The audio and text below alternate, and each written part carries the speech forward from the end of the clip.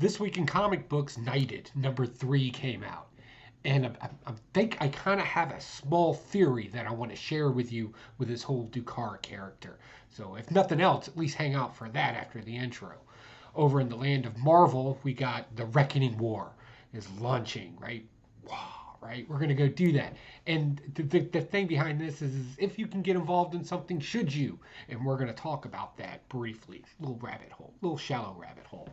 And then ultimately, over in the land of independence, Colossus came out. And you would think I would be a huge fan of that. All that and a whole lot more comic books right after the intro.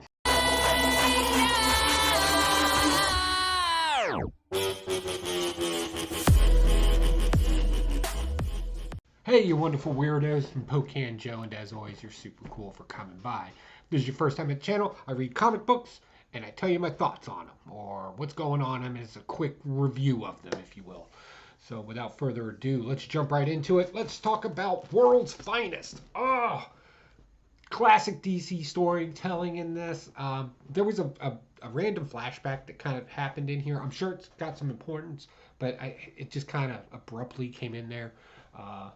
Good old Wade is going back to his roots, it feels like. Just didn't feel like any of his modern stuff. It felt like reading a classic comic book.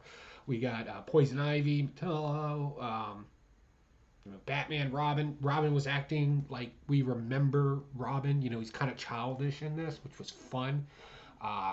Which Robin was it has often been the question in here. I'm pretty sure we're dealing with Grayson on this one. I'm going to throw that. I'm just going to a younger Grayson because that just seems like that would be his thing. He had some funny little quibs in here. Things like that. Metallo weakens Superman, right, with kryptonite, regular kryptonite. His little box thing he's got in his chest weakens him and then injects him with red kryptonite, but instead of the whole thing, like bits and pieces of it, because the theory is, and this is where I kind of got a little lost, but I'm not going to be diving into the woo-woo on this. They crushed up, they inject them with it because a red crystal gives you the most random stuff to happen to you at any given time. So the thing is all these little molecules that are in there of red kryptonite will constantly do things like overcharge him, shapeshift him, whatever the case may be. Red kryptonite is classically known as the random kryptonite. There was some talk in the community like it shouldn't have happened that way. I'm pretty sure it's pretty solid retconned that if you weaken Superman enough, you can inject him with some sort of needle and give him something. Would it work in this scenario? I mean, that seems semantic to me. We get the concept. You weaken somebody, you inject them with something, all chaos breaks loose, and that's what happened in this. So this was fun. Poison Ivy had a little role in here to kind of tie everything up with vines and kind of start some trouble so this whole thing could kind of lay out. It's interesting, it's fun, it's classic storytelling where we don't have to break down every tidbit of this. We can take things at first value because it's not being thrown in your face. And of course I had to cover by, right? These are the 1 in 25s. Yeah, I had to get each one of those. If you know me on Instagram, I love me a good meme. So, yeah, we went in and got both of those. But all in all, I enjoyed this for its nostalgic value. It's just simplistic storytelling. Yeah, you could dig into it and pick apart little things in it. But the truth is, it was just a fun book, and it was enjoyable. Next, Batman the Knight. I was going to drop this, and there really wasn't a whole lot for DC for me this week. So I went ahead and picked this up. I wasn't interested in Bruce Wayne's affection with Catwoman being this older French lady.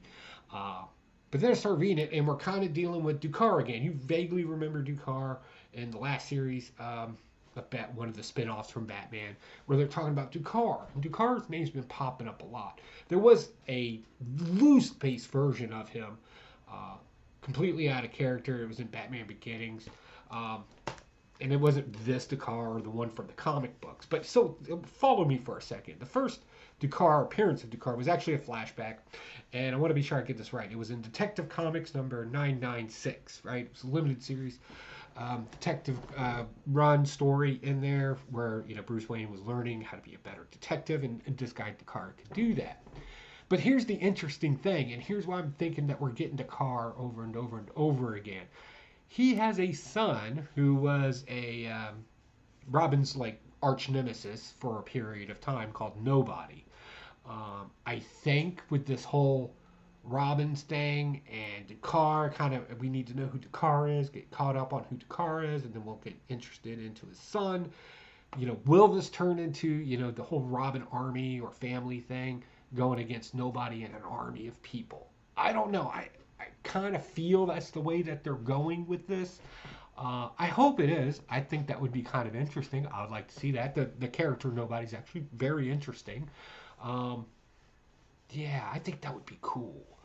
I hope that's the case. But in this case, he finally takes away from, or he leaves the female cat thief, right? And he's like, okay, I'm going to go work with Ducard. And this is the story of him working with Ducard again. We're going to get kind of that story again.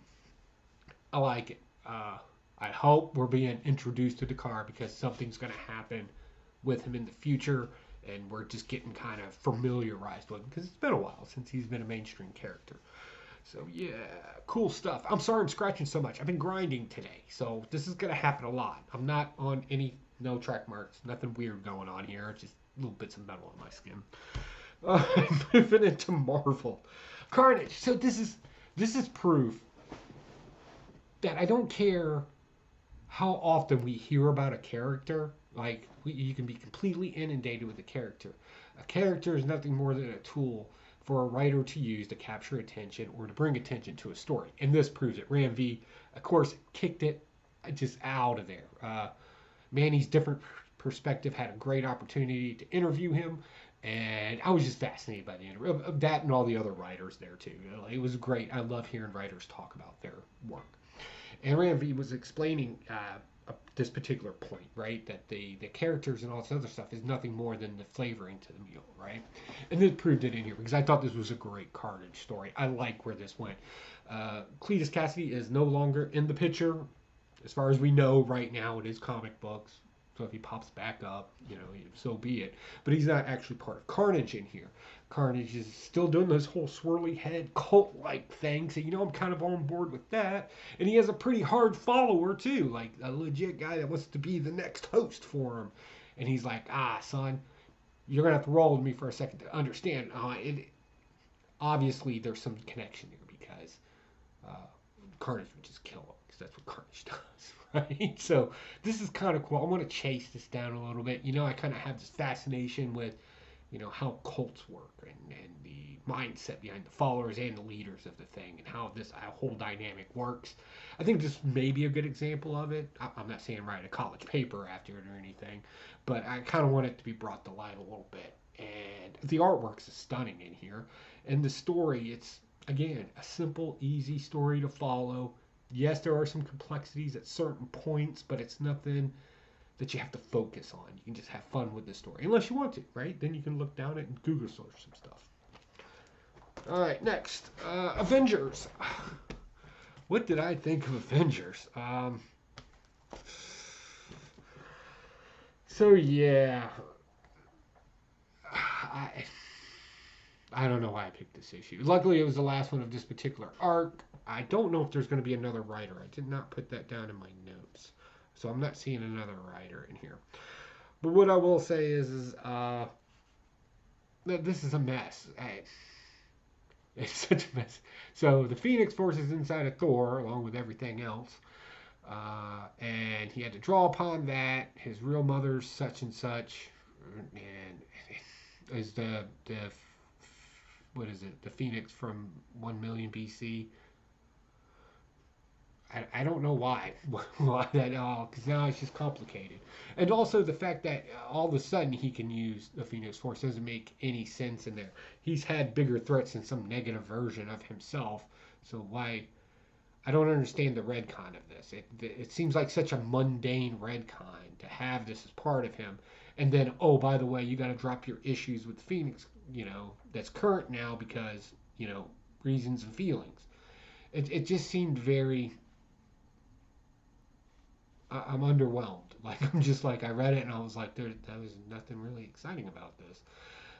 Again, long drawn out dialogue, over explanation of feelings and reasons, and it was just, you lacked galactic attraction to it. So I don't know what they're doing over at Avengers, but that's their business. They can do whatever they want. Next, Reckoning War, right? Trial of the Watcher. So you know the oath of the Watcher, right? Shut up and observe. Do not interfere, right? And our Watcher, that watches Earth 616, is like the worst Watcher.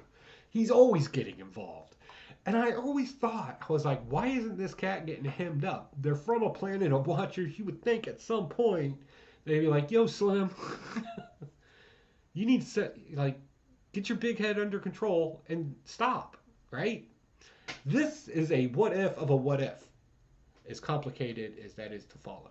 So think of this as a what if story. They grab the Watcher, his other Watcher buddies, and they're like, sit here and watch this. This is the what if you didn't get involved. You what ifer. Right? And then come to find out the whole story with Galactus. Hey, guess what? Reed Richards put under the strain and the pressure in the now, right? Would have figured out a way to beat Galactus. He didn't really need your help. You're just interfering, and that's against our oath. You're breaking the rules. And because of those actions, something major is coming, which is going to pick up in the next FF issue. Fantastic Four issue number 54? Yeah, 54, right? They're going to kind of roll that in. So we got, you can do the thing, I'm tired of the epic events. Well, epic events is the only way you can really contain, if you will, a cosmic type story, right? One issue doesn't really, or two issues, or even 5 issues, doesn't really explain a cosmos event. So, I don't know, as long as it's good, I'm okay with it, and you keep well, I don't even care what you do with the tie-ins. I think at this point we all know there's only going to be about 1 or 2 tie-ins that are significant to the story. So, by all means, go ahead. If you want to print that paper, you print that paper. Right? But all in all, that's kind of the basis of this. And at the end, we get the Watchers. His dad is one of the Watchers, of course. Kind of talking about this event that's about to happen. And we get old school Nick Fury. Eye patch, white guy, smoke cigars. We get that guy. And he's like, looks like it's time for me to step in. It felt so old school with his little quip line, right? Like, it's time for me to step in, right? I don't know, I was kind of nostalgic towards it. It seemed like a really good read to me. I'm excited about this story.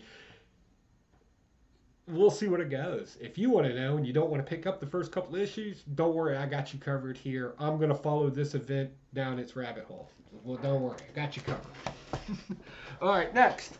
We're going to talk about Colossus. All right, so whoever wrote this, first off, there's a great homage song that's going along in here from the Clay People. Clay People was a punk band. They started up about the same time as bands like Disturbed and The Strand and bands like that. But they were more of the punk scene type of thing. So they kind of played their song through this because it's relevant to the story that's being told in here, if you will. So what is this about? All right, kid, military mom, dad's in the picture, but we don't really learn anything about the dad for some reason.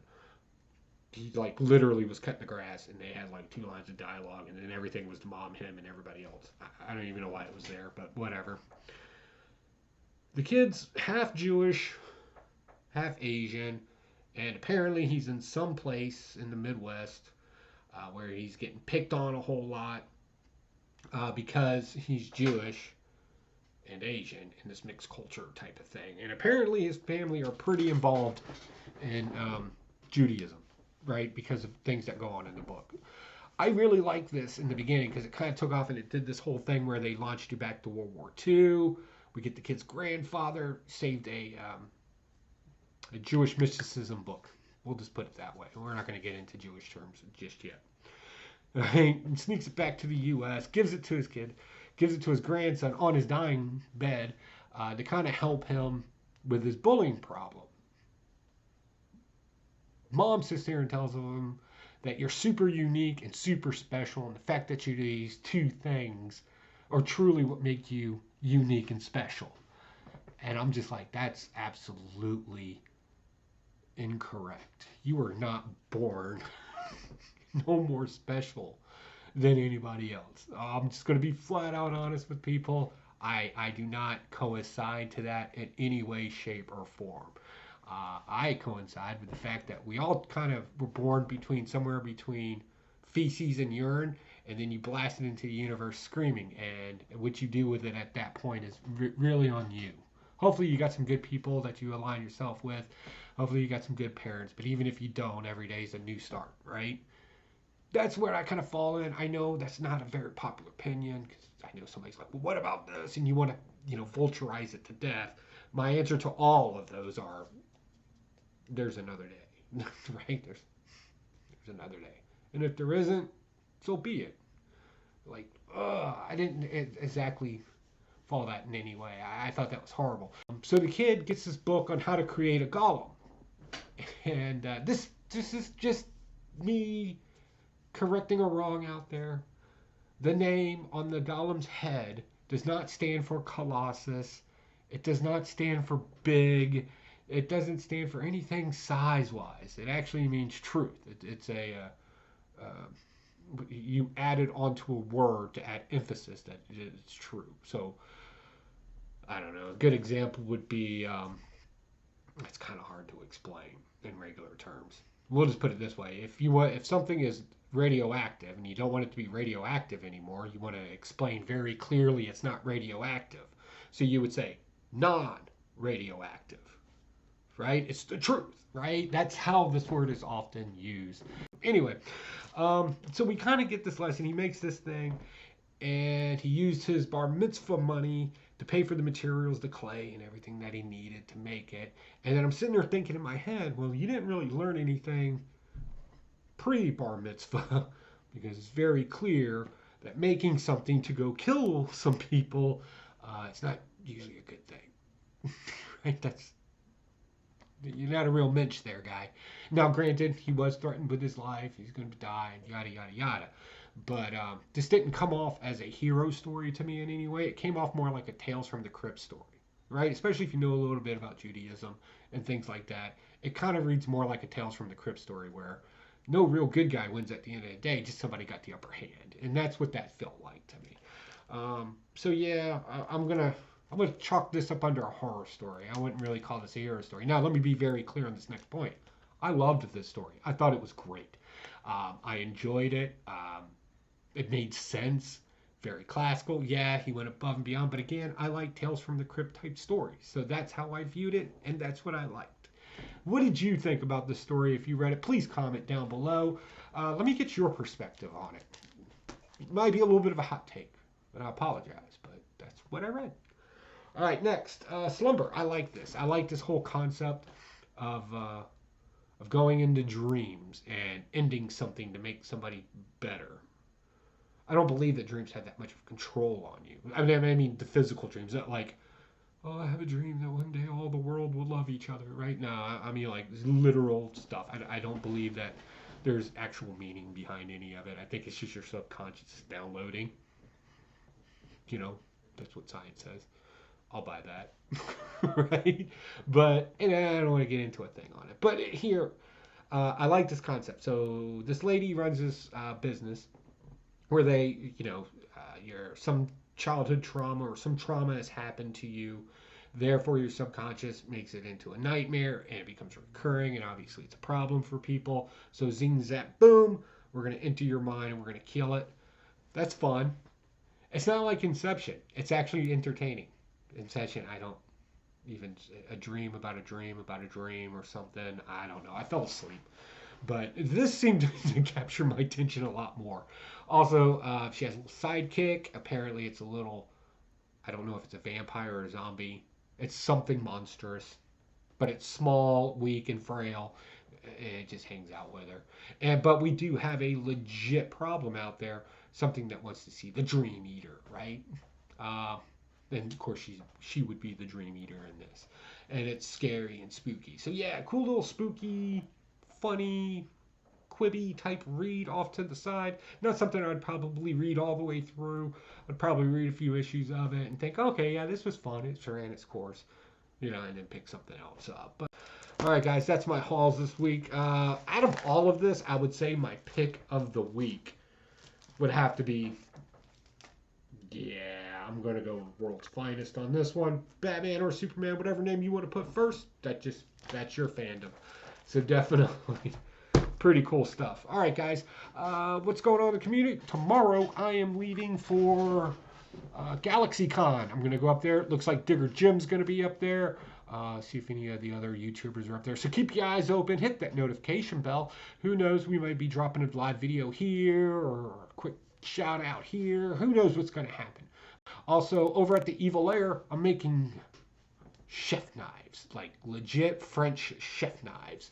So yeah, we're gonna make those for 2 members of the community. The gourmet chef's knife, if you will, is pretty iconic in comic books and in movies.